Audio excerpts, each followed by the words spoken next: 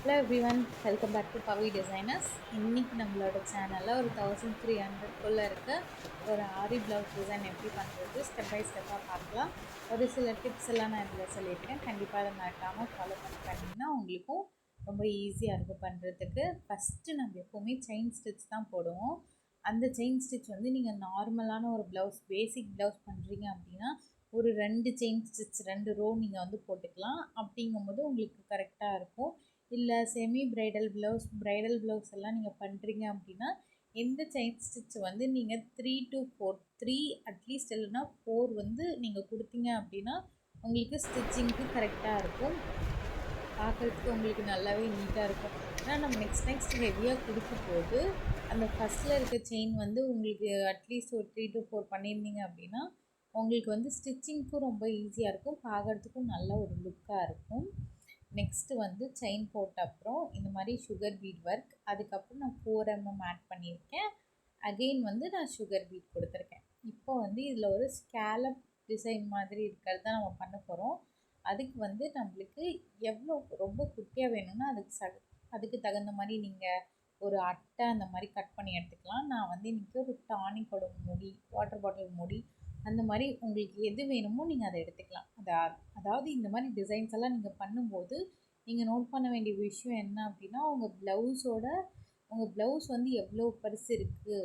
ரொம்ப குட்டி தான் ப்ளவுஸ், அவங்களுக்கு சைஸ் குட்டி அப்படின்னா நீங்கள் வந்து இந்த ஸ்கேலப்போட டிசைன்ஸ் எல்லாம் குட்டி குட்டியாக எடுத்துக்கலாம். இல்லை ப்ளவுஸ் வந்து உங்களுக்கு அவங்க ப்ராடாக இருக்காங்க அப்படின்னா நீங்கள் இந்த மாதிரி கொஞ்சம் பெருசாக எடுத்துக்கலாம். ஏன்னா குட்டியாக இருக்கிறவங்களுக்கு ரொம்ப பெருசாக டிசைன்ஸ் போட்டிங்க அப்படின்னா அது அவ்வளோ லுக்காக இருக்காது. அதனால் அந்தந்த ப்ளவுஸுக்கு தகுந்த மாதிரி நீங்கள் டிசைன்ஸை வந்து கூட்டவோ குறைக்கவோ செஞ்சுக்கோங்க. நெக்ஸ்ட்டு வந்து இந்த மாதிரி இந்த கர்வ்லாம் வருது இல்லைங்களா, எப்போவுமே இந்த மாதிரி கர்வ்லாம் வரப்போ எக்ஸ்ட்ரா ஒரு பீடு வந்து மேலே ஆட் பண்ணிக்கோங்க. பண்ணிவிட்டு அதுக்கு கீழே நீங்கள் வரும்போது அந்த கர்வ்லாம் உங்களுக்கு கரெக்டாக வரும். அதே மாதிரி நம்ம ஏதாவது ஸ்டோன்ஸ் எல்லாம் இப்போ ஒட்டுறோம் இல்லைங்களா, ஒட்டும்போது எனக்கு வந்து இந்த கம் ஓகேவாக இருக்குது. ஒருத்தர் ஃபேப்ரிக் க்ளூ யூஸ் பண்ணுவாங்க. நான் இப்போ யூஸ் பண்ணியிருக்கிறது B7000 க்ளூ. இது வந்து நல்லா சீக்கிரமாக குயிக்காக காஞ்சிருது. இதில் என்ன ஒரே ஒரு மைனஸ் அப்படின்னா அது ஒயிட் கலர் லேயர் மாதிரி ஒன்று வருது. நீங்கள் அதை கரெக்டாக ஹேண்டில் பண்ணால் உங்களுக்கு ஈஸியாக இருக்கும். இந்த மாதிரி ஸ்டோன்ஸ் ஊற்றிட்டு மேலே பீட்ஸ் ஒர்க் பண்ணுறோம் அப்படின்னாலே ரொம்ப ஸ்டோனு வந்து உள்ள பீட்ஸ் கூட நம்ம ஆல்ரெடி சுகர் பீட் ஒர்க் போட்டிருக்கோம் இல்லைங்களா, அது கூட சேர்ந்து தள்ளி ஒட்டாதீங்க. ஒட்டினீங்க அப்படின்னா உங்களுக்கு அந்த சுற்றிலும் பீட்ஸ் போடுறதுக்கு ரொம்ப சிரமமாக இருக்கும், ஷேப் வந்து கரெக்டாக கிடைக்காது. இப்போ நான் பண்ணியிருக்கேன் பாருங்கள், பீட்ஸ் ஒட்டுறதுக்கு க்ளூ போட்டு அது என் கையால் அந்த ஒயிட் கலரில் வர அந்த எக்ஸஸ் கம்மை மட்டும் என் கையால் நான் இந்த மாதிரி ரிமூவ் பண்ணிக்கிட்டேன். நீங்கள் இந்த மாதிரி பண்ணீங்க அப்படின்னா உங்களுக்கு கொஞ்சம் கிளாத்லலாம் படாமல் இருக்கும். அதே மாதிரி இப்போ நம்ம ஸ்டோன்ஸ் வச்சுட்டு ஸ்டோன்ஸ் மேலே சுகர் பீட் ஆட் பண்ணுறோம் அப்படின்னா நம்ம எப்போவுமே ஃபஸ்ட்டு ஸ்டார்ட் பண்ண, இது வந்து ரொம்ப பேசிக்கான ஒரு விஷயம். நம்ம எந்த இடத்துல ஃபஸ்ட்டு ஸ்டார்ட் பண்ணாலுமே சரி, நம்ம இப்போ டவுன் பக்கம் பார்த்த மாதிரி பண்ணுறோம் அப்படின்னா, கீழே பார்த்த மாதிரி பண்ணுறோம் அப்படின்னா மேலே பக்கம் திருப்பி சின்னதாக ஒரு செயின் ஒன்று போட்டுட்டு தான் ஆரம்பிக்கணும். அதே மாதிரி இந்த மாதிரி ஸ்டோன்ஸ் ஒட்டி நம்ம ஒர்க் பண்ணும்போதெல்லாம் பீட்ஸை வந்து மேலே ஃபஸ்ட்டு எடுக்கிற பீடு வந்து ஒரு புள்ளி மேலே தள்ளி எடுத்துக்கணும். எடுத்துகிட்டு இப்போ கடைசியாக ஜாயின் பண்ணுறது வந்து இந்த மாதிரி அந்த ஃபஸ்ட்டு எடுத்ததுக்கு மேலே நம்மளுக்கு இந்த மாதிரி பீடு இருக்கணும். அப்படி இருந்தால் தான் உங்களுக்கு அந்த திலகம் ஷேப் வந்து கரெக்டாக வரும்.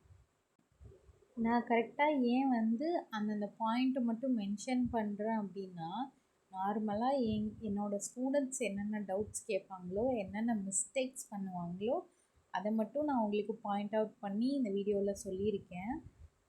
உங்களுக்கும் ஏதாவது இதை தவிர்த்து டவுட்ஸ் இருக்குது அப்படின்னா நீங்கள் கீழே கமெண்ட்லேயும் சொல்லலாம். இல்லைன்னா இன்ஸ்டாகிராம்லேயும் பவி டிசைனர்ஸ்லேயும் நீங்கள் வந்து மெசேஜ் பண்ணலாம். நான் வந்து உங்களுக்கு டவுட்ஸ் கிளியர் பண்ணுவேன். அதே மாதிரி இப்போது வந்து இந்த மாதிரி கொஞ்சம் ஒரு ஆவரேஜான ஒர்க்கெல்லாம் இந்த மாதிரி போடுறோம் அப்படின்னா இப்போ இதுக்கு மேலே வந்து செயின் ஸ்டிச் கொடுத்துக்கோங்க. பார்க்குறதுக்கு உங்களுக்கு இன்னுமே கொஞ்சம் லுக்காக இருக்கும். செயின் ஸ்டிச்லேயுமே அப்படி தான் நீங்கள் பண்ணணும். ஃபஸ்ட்டு வந்து இந்த திலகம் ஷேப்லாம் வரத்துக்கு இந்த மாதிரி ஃபஸ்ட்டு மேலே ஒரு புள்ளி தள்ளி குத்திட்டு அடுத்து அப்படியே பேக்வேர்டு போயிட்டு நீங்கள் அதாவது பின்னாடி போய் குத்திட்டு மறுபடியும் முன்னாடி எடுத்துகிட்டு வந்தீங்க அப்படின்னா உங்களுக்கு வந்து செயினில் வந்து திலகம் ஷேப் வந்து கிடைக்கும். நீங்கள் ஷார்ப்பாக அந்த எட்ஜஸ் மட்டும் திலகம் ஷேப்பில் ஷார்ப்பாக கொண்டு வந்தீங்க அப்படின்னா அந்த ஷேப் வந்து உங்களுக்கு வராது. கொஞ்சம் முன்ன பின்ன அட்ஜஸ்ட் பண்ணீங்க அப்படின்னா தான் வரும். இந்த ஒர்க்லாம் கண்டிப்பாக நீங்கள் வந்து இப்போ தான் பழகுறீங்க அப்படின்னாலும் கூட உங்களால் கண்டிப்பாக போட்டுற முடியும். பட் குட்டி குட்டி விஷயங்கள் எல்லாத்தையுமே வந்து நீங்கள் பண்ணிட்டு போட்டிங்க அப்படின்னா இப்போ தான் நீங்கள் ஃபஸ்ட்டு ப்ளவுஸ் போடுறீங்க அப்படின்னு கண்டிப்பாக யாருமே சொல்ல மாட்டாங்க. ரொம்ப வருஷம் எக்ஸ்பீரியன்ஸ் இருக்கவங்க போடுற மாதிரி தான் இருக்கும். சின்ன சின்ன விஷயங்கள் தான், சின்ன சின்ன விஷயங்களை ஃபாலோ பண்ணீங்க அப்படின்னா கண்டிப்பாக உங்களுக்கு நல்ல ஒரு அவுட்புட் கிடைக்கும். நம்ம சேனலில் நார்மல் நீடில் வச்சு இந்த ஆரி ஒர்க் எப்படி பண்ணுறது அப்படின்றதையும் நான் அப்லோட் பண்ண போகிறேன். உங்களுக்கும் அந்த நார்மல் நீடில் வச்சு கற்றுக்கணும் அப்படி இல்லை அப்படின்னா உங்களுக்கு ஏதாவது டவுட்ஸ் இருக்குது, இல்லை எனக்கு ஏதாவது டிசைன்ஸ் பண்ணணும் தெரியலை அப்படின்னாலும் நீங்கள் அதையும் கமெண்ட் பண்ணலாம். நான் வந்து எப்படி வந்து கமெண்ட்ஸ் எடுத்து பண்ணுறேன் அப்படின்னா நிறைய பேர் வந்து டைரெக்டாக வாட்ஸ்அப்லேயும் மெசேஜ் பண்ணுவாங்க, இந்த மாதிரி வீடியோஸ் போடுங்க அப்படின்னு. இதுவுமே வந்து ஒருத்தங்க ரெக்வஸ்ட் பண்ணியிருந்தாங்க, சும்மா பேசிக்கான டிப்ஸ் மட்டும் கொடுங்க பர்ஃபெக்டாக ஃபினிஷ் பண்ணுறதுக்கு அப்படின்னாங்க. அதனால தான் இந்த வீடியோ அப்லோட் பண்ணியிருக்கோம். இந்த மாதிரி